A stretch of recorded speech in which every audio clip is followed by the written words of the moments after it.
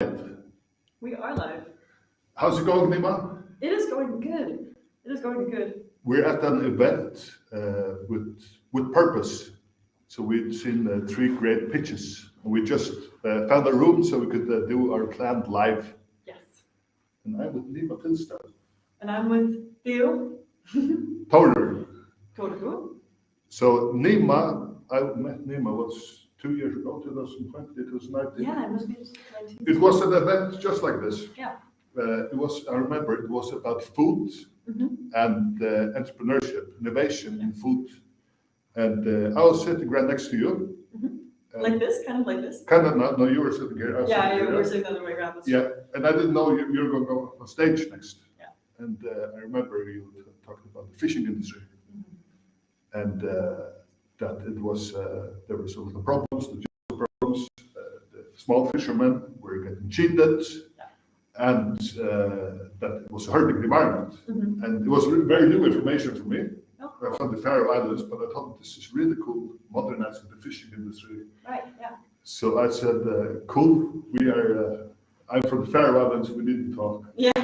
So we've been selling some good Faroe fish. That's true. Up until Corona. Yeah, that's true. But how did you start in entrepreneurship? Well, started in entrepreneurship. So it's a funny question because I actually started entrepreneurship when I was really young, or I had my first venture when I was in high school. Yeah. But I didn't think of it like, today entrepreneurship is so hyped, like you got the Shark Tank, Lions Den, you got like all these cool entrepreneurs online telling you on podcasts how you're going to start your own business and become your own millionaire. But I didn't have that association. When I say I'm not quite old, I'm older than I look, but when I was in high school, that wasn't really the association yet about entrepreneurship.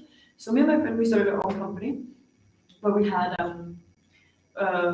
we basically said we're waitresses with no training but very good attitudes. And then we hired people out for events and as bartenders and waitresses and things like that.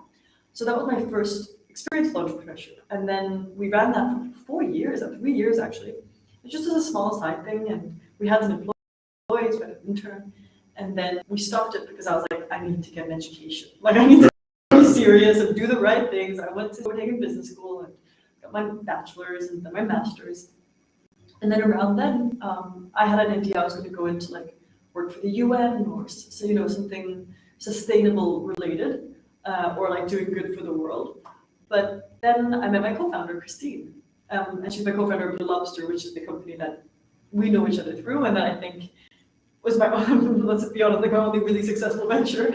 And the reason that we're here today. So I met her and she came to me and she was like, I was working at the UN at the time and she was like, Nima, where's all the fresh fish in Denmark? And I was like, I don't know what you're talking about. And she goes, she's from the US and she was like, the fish that we see here in your supermarkets, it's super expensive and it's old. And I've never seen it like that. So sometimes I think when you come into a new place, you see things in a different way. Yeah. And I was like, I have no idea what you're talking about. And she was like, there must be like a local fish market or something. We don't have that in Denmark. So we started going down to the local harbors and literally knocking on the boats and talking to the fishermen and saying, like, where do you sell your fish? And they sold it through loads of middlemen and at an auction 5 hours away. And I'm like, okay, so and then they said, we're not earning any money though. And then we went to the restaurants and we asked them the same question, where do you buy your fish? And they were like, oh, we get it from a buyer who gets it straight from the auction. And we're like, okay, we can see the boats from here. Denmark has a lot of coastline. And we were sitting in the restaurants looking at the fishermen saying, those fishermen just caught the fish that's on your menu. Yeah. Why are you not just buying it from them? And they had all these bad reasons, right? They were like, oh, they're difficult to talk to. We never know when they're coming into the harbor. We didn't even know how to trade with them. Yeah. Because the fishing industry also has many regulations. You need to register purchases in a certain way. So there's all these like bureaucratic but easily overcomable issues.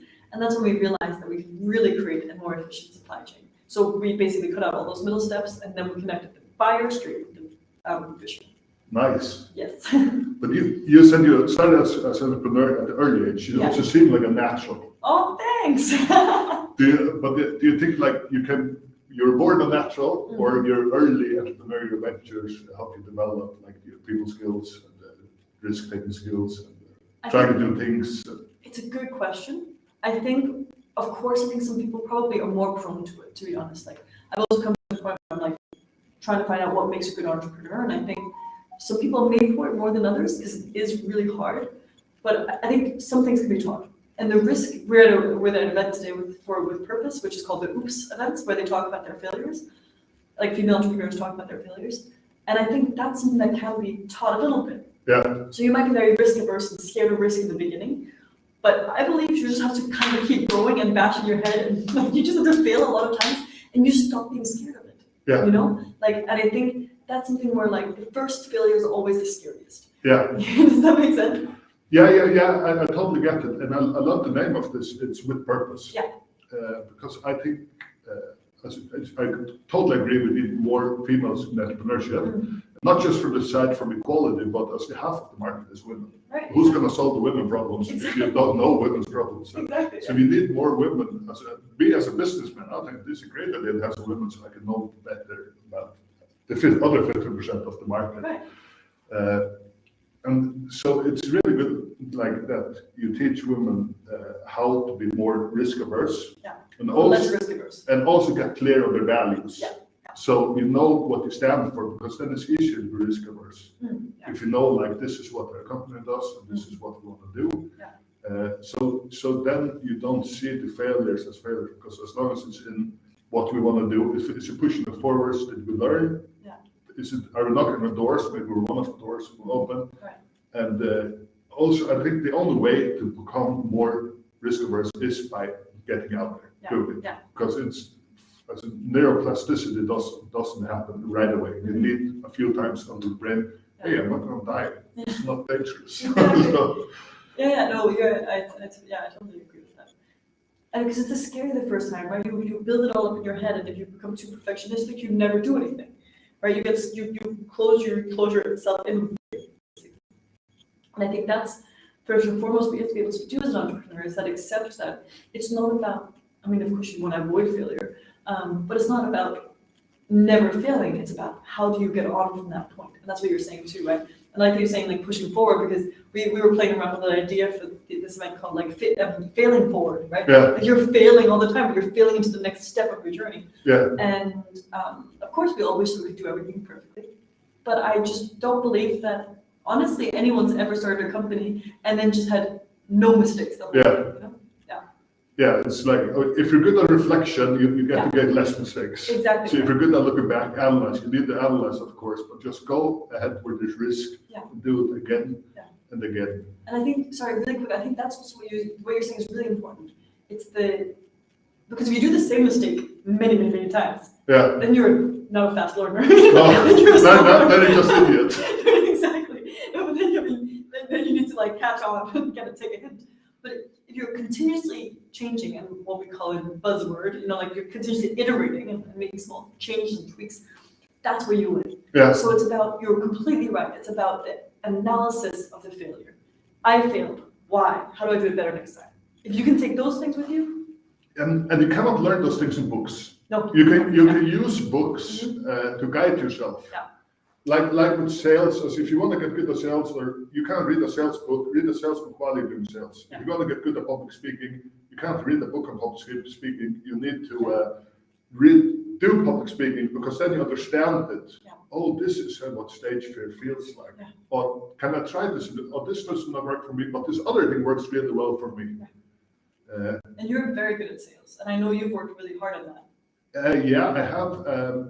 I started when I was tour guiding. I didn't know. I started as freelance tour guiding, tip-based. I didn't know there was money in it.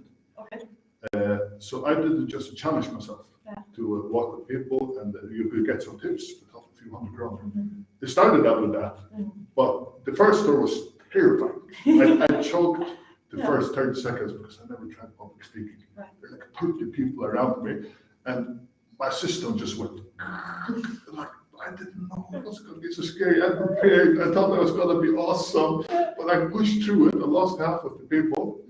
Second tour, less scary. Within 2 months, I think I had my first tour with over 2,000 kroner tips. Wow. So I just went, vroom, and then you just had fun. And that way I learned about sales, I learned about people skills. But then I started learning more profession because I had no business acumen. Yeah. So I went a bit more into some other jobs. I worked with some companies, did a little bit sales, marketing, and then for me it was a lot of hitting because I'd never been in that. But I don't know if you got like some lessons at a young age when you started.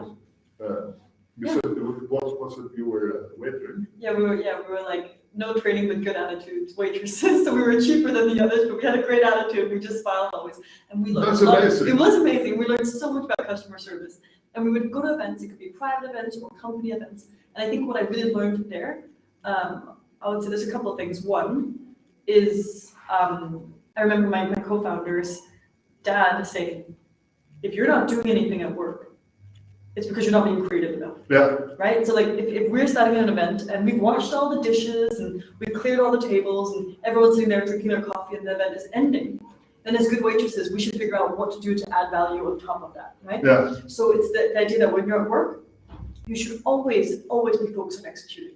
So like the whole idea that some people, you see waitresses and they're standing up against the wall and they're on their phones and or they're just going out and taking a quick cigarette. It's like, no. When you're at work, you have a purpose, and our purpose there was to satisfy the customer. And that would tell me a lot about customer service, right?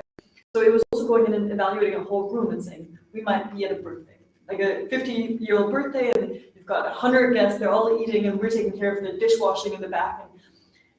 And it was one, identifying what they needed. So being able to look into the room and say, oh, they're all running out of water. Get the water on the table. Or they're getting a little tired. We should put on the coffee now. And that might take like half an hour. Like also being predictive, saying it takes half an hour to make coffee for 100 people. So we better get started now and start brewing that.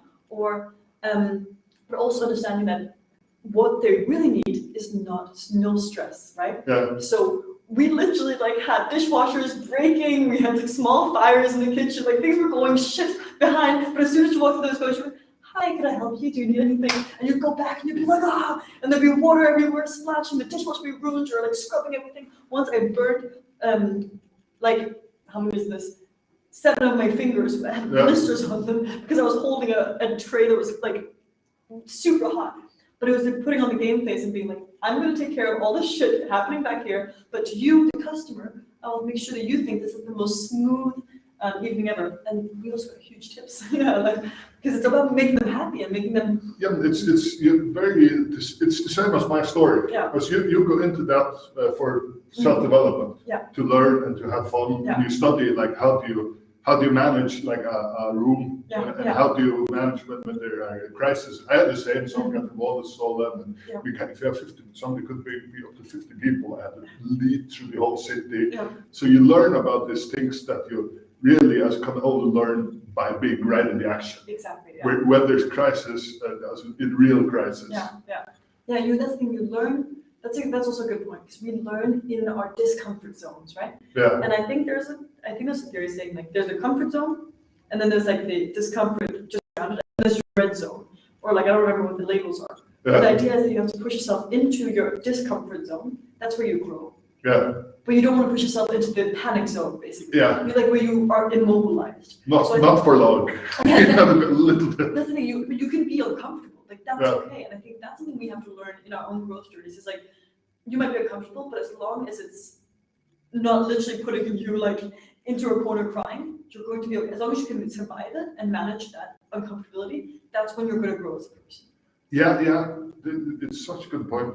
And as the same with stress, because you really have to look at negative emotions and stress in a different way. Yeah. Sometimes it's really good to be in extreme stress, but you don't want to maintain it. It's going to affect your health. Exactly. Go sometimes, because then you expand your stress muscle. Yeah. So stress sometimes is good. Ooh, this is very challenging. Like when in Blue Lobster we had lost a big shipment. Yeah. This is our oops story. It's a fuck up story.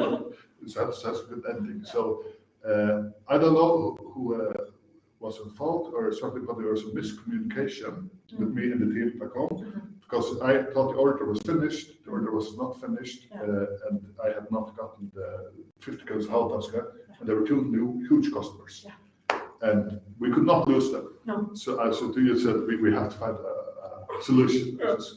Can fly it, because we had to get to the 2 days. And so Tor, can you fly? I said, I can't fly. I just said, where there's a will, there's a way. I just said, I had no idea. So I started making calls transport companies. I started making calls to the customs, and apparently there was like a huge. You have to do papers, and then you have to call these, and then they have to do it, and you have to pay there, and you have to pay there. The thing is, you have to pick them up in the Faroes, one company, and then it gets flown, and then you have to send it to you have to pay them, they have to sign it, then you have to get the signature, send it to the customs, and once that's cleared, you can get the fish. Okay, so I went, I did it all, and we were waiting, so excited. Is the fish going to erupt? Is it going to arrive? It did, and it was wonderful. Yeah. And I remember it was like, I loved it. Because when I look back, it's a really happy memory. Because it's like, fuck, we had to do something, had to make all of those calls, and we managed to save it. But I think it's also really good. That was exactly what needs to be done. And it was also the fact that you did it even though you didn't know how. And I think that's what people have to understand about entrepreneurship as well, is that sometimes you're gonna just say, yeah, I'll figure it out, right? And I haven't thought about this company, the other company, for a long time, because I was thinking we were going to talk about the lobster. But we had a moment like that too, where we were just dishwashers and waitresses. Like, we knew how to put things onto a table, we knew how to take them off, and we knew how to wash them. And then a very big customer came to us, and they said, "We're doing a big event. We'd like you to come, but can you bartend?" And we were like, "Yeah, we can bartend." We had no idea what we were doing. We were like 2 girls, 17 years old. We'd never been to a proper bar before. We had no idea what the different cocktails were. We're like, we'll figure it out. So what we did, we were sitting at the bar, and like, this is a nice event, right? And it's a big corporate event. So there were like so many people there. And it was a big brand that we were working for, and we had no clue what we were doing. And we've been given a list of like, these are the cocktails you need to be able to do.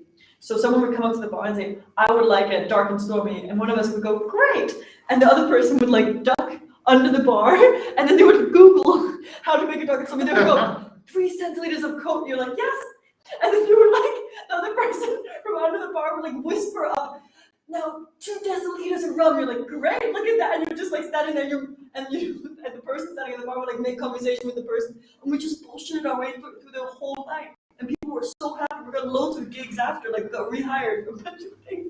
We had no idea what we were doing. But as you sometimes you gotta just say, "Yeah, we can do that," and then figure it out. Yeah, man, just do your best. Do your best. So don't be like, "Oh, I'm scared now. I have to be realistic." Stay in my realistic zone. Exactly. No, let's be a little bit unrealistic and let's be resourceful. Yeah. I just came to think about one thing. Sales. Yeah. When I call someone, it's not as for me just calling us. Everything is, you want to make a good impression. You want to. Yeah. So when I call someone, I have a big problem sitting down, relaxing. Okay. Yeah. And I think that has to do with what I've been told. I think I always like to group and talk. So if I walk while I talk on the phone, it's so much easier for me. Okay. It's so much easier. So I need a place where I can walk. Then I'm comfortable. Okay. I'm very comfortable. It doesn't matter what sale it is. Yeah. I'm very comfortable. But if I sit like in a room, and I think it's probably because that's where I'm used to like tour guiding in that.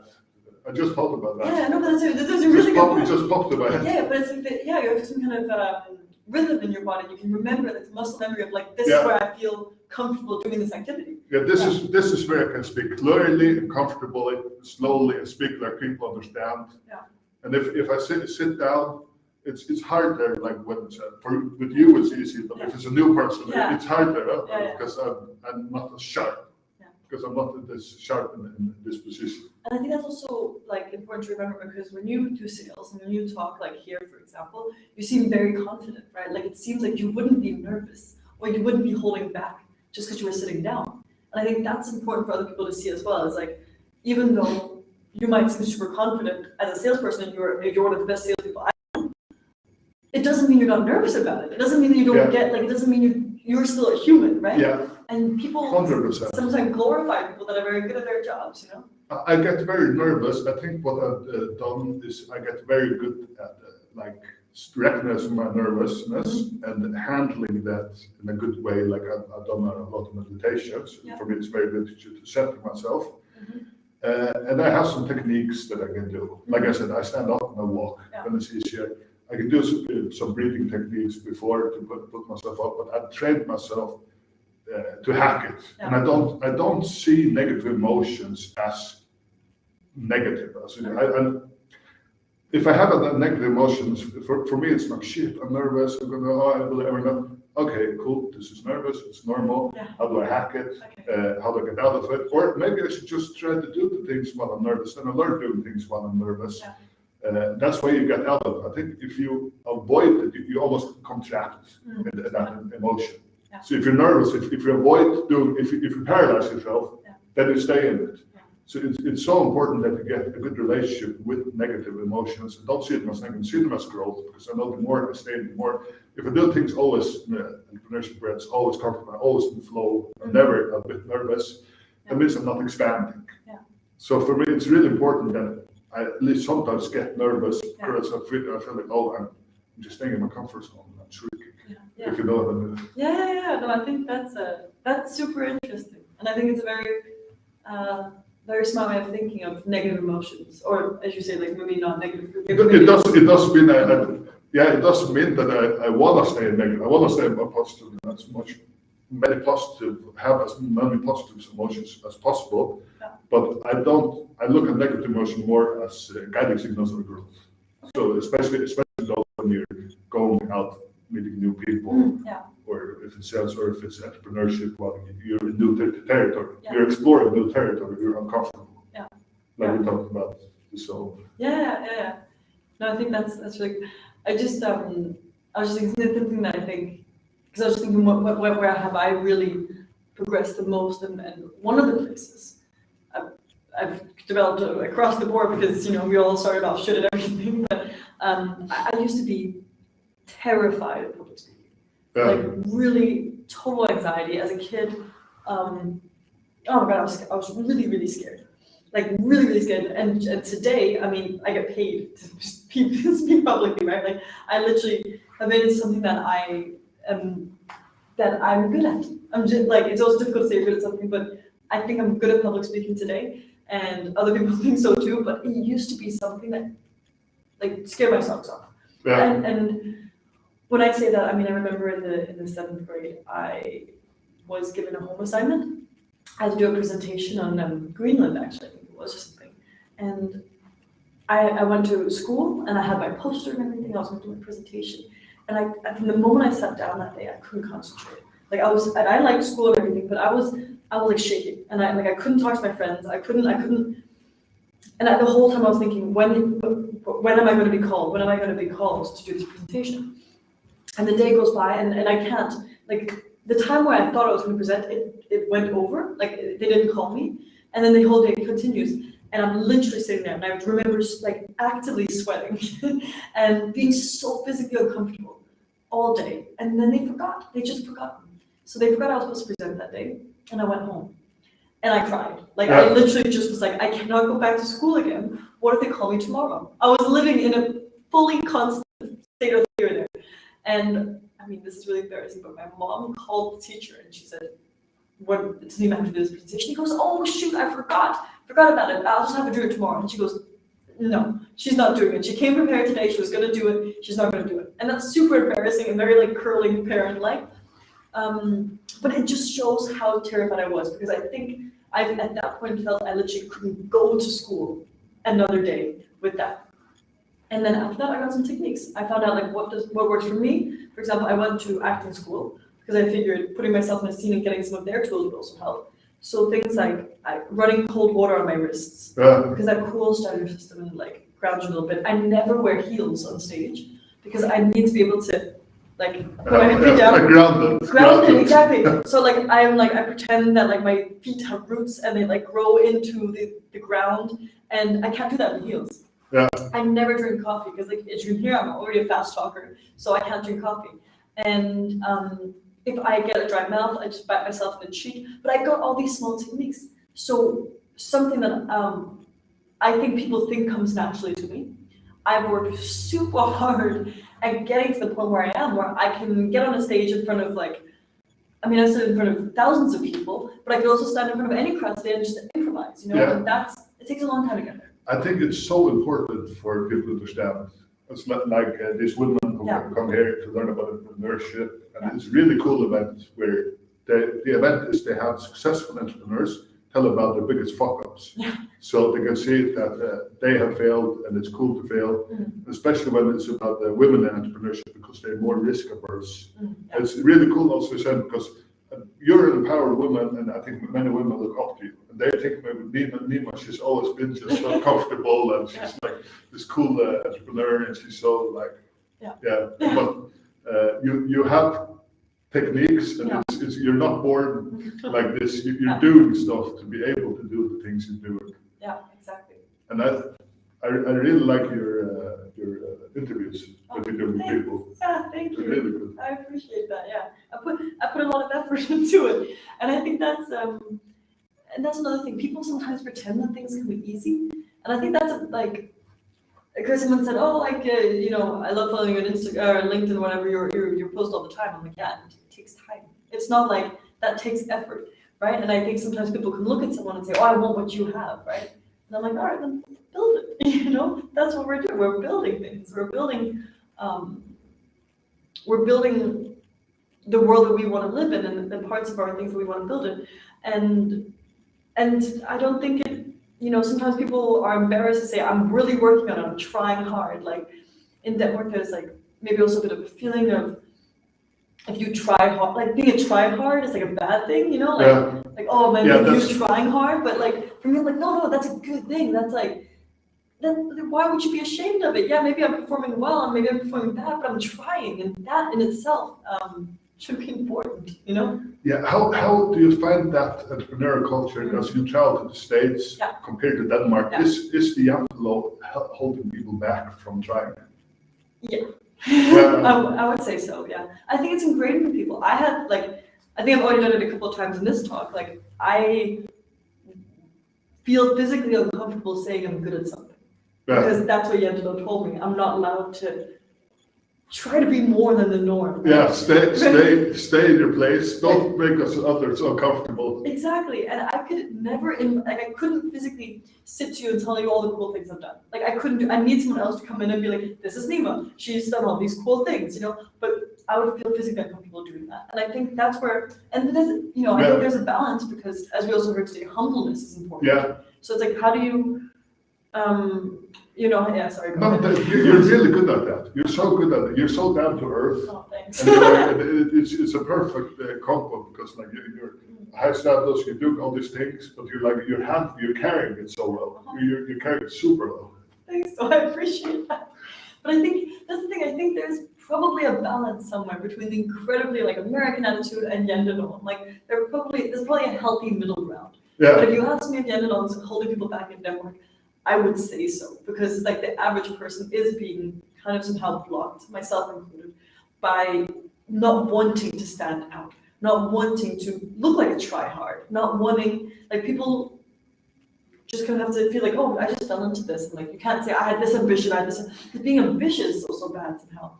And I think those things we can change. Yeah. But I think there's also something nice about the humbleness aspect. It's where ambition is coming from. It's coming from insecurity. People can feel that. So you really have to look at where's your ambition. It's to prove everyone that. Yeah. Motherfuckers never believed in me. My parents had proved you wrong. We're like, I see a lot of potential there. Imagine if you could do this. Is it coming from creativity or is it coming from insecurities? Yeah. Female leadership. Yes. I think you're a really cool leader. Oh, I really like your style. Okay. I really like that. I can legit say that because I've been in your office. I sat right next to you for half a year. You did, yeah. And I like your style because it's like I don't think many men can lead that way. Okay. Yeah. So it's I have two examples. It's like one where you praise. Okay. Yeah. And one where you criticize. Okay. And I thought they were so good. One was just we were all sitting working, everyone's happy, and you're like, this is such a good company. And like, isn't it? I mean, yeah, it's really. It's really cool, this company.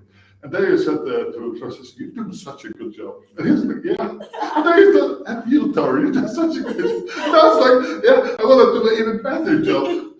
Because like some praise sometimes just out of nowhere, it really motivates. And it really does.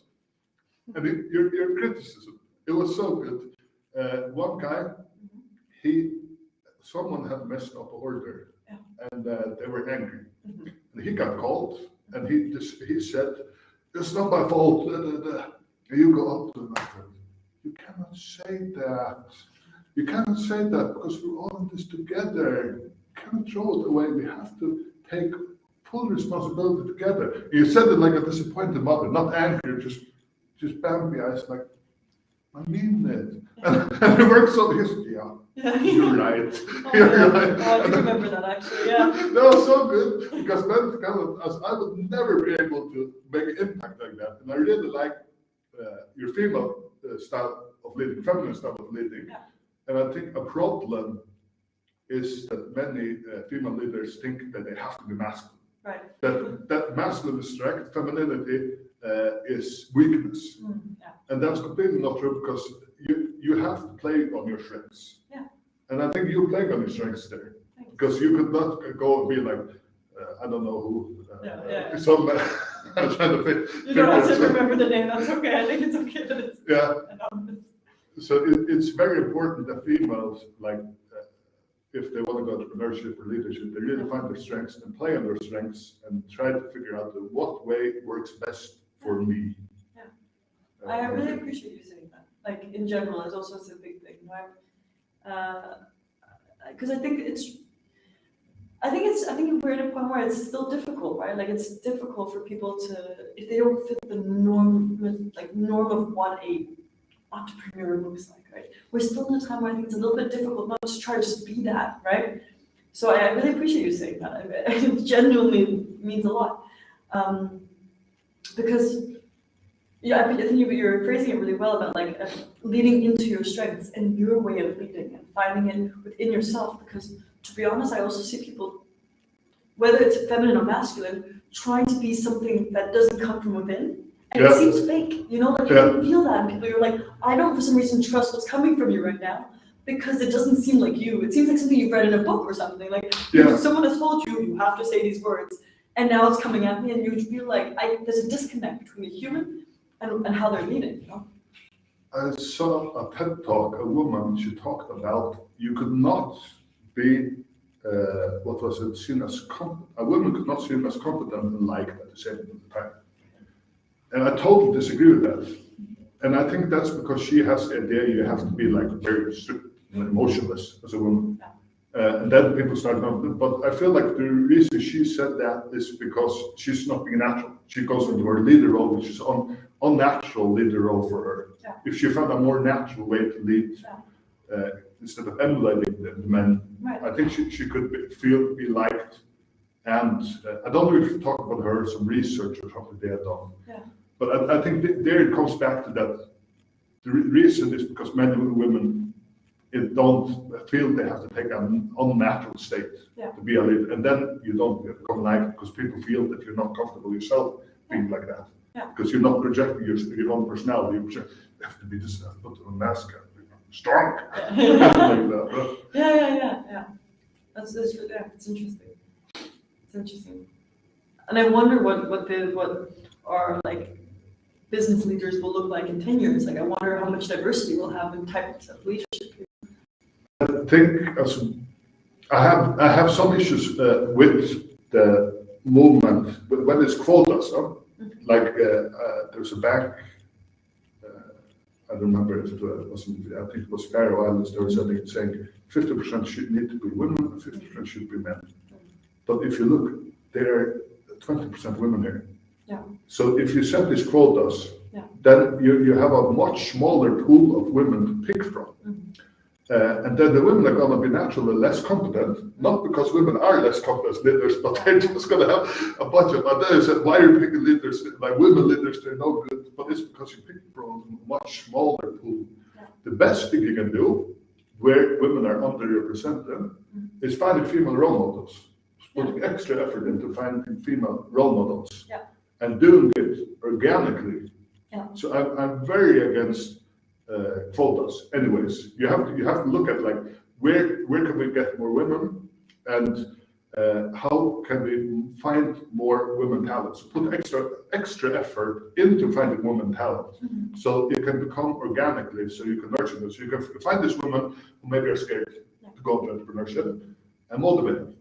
That's the only healthy way to do it. I understand some other people, and it has to be fair. Women have a prosper. I understand that, but in the long term, it's not going to benefit, in my opinion. I see what you're saying. I think it's a really tricky one. I think because and by the way, I think you're actually right in the sense that the role model is one of the most important things you can do. Because we all look at people and then we can imagine ourselves being certain things, right? And I've gotten this question quite a lot of times, like, who are my role models? And to be honest, it's a little bit embarrassing because I don't have like really strong role models, but there are bits and pieces of people I like. And they're both men and women. But research does show that role models will help women get into new fields. Yeah.